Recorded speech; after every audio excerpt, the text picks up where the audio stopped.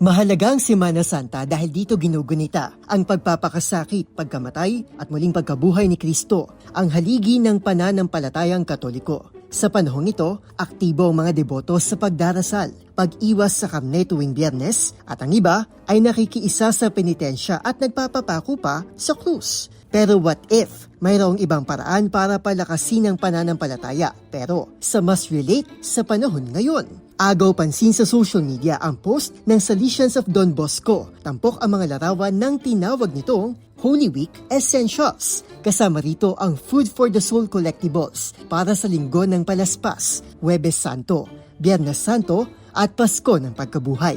May palaspas para sa pagdating ni Jesus sa Jerusalem, tinapay bilang pag-alala sa huling hapunan, krus at pako para sa pagkamatay ni Kristo, gayon din ang kandila na sumisimbolo sa kanyang muling pagkabuhay.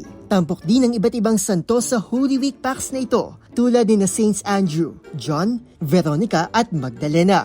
Ayon pa sa post, ang mga santo na ito ay ordinaryong tao lang din tulad ng marami, pero sila ay nagpakita ng kahandaan. Para sa DZRH TV, ito si Arnold Herrera. Una sa Pilipinas, una sa Pilipino.